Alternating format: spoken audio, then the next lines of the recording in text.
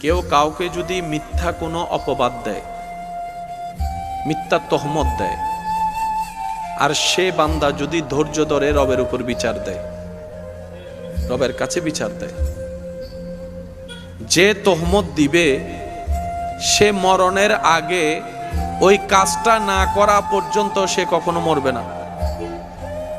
অর্থাৎ কেউ আপনাকে চোর বলল কিন্তু আপনি চুরি করেননি, অপমান করেছে আপনাকে, এই মিথ্যা তহমত যে দিয়েছে সে মরণের 1 সেকেন্ড আগে হলো চুরি করেই মরবে।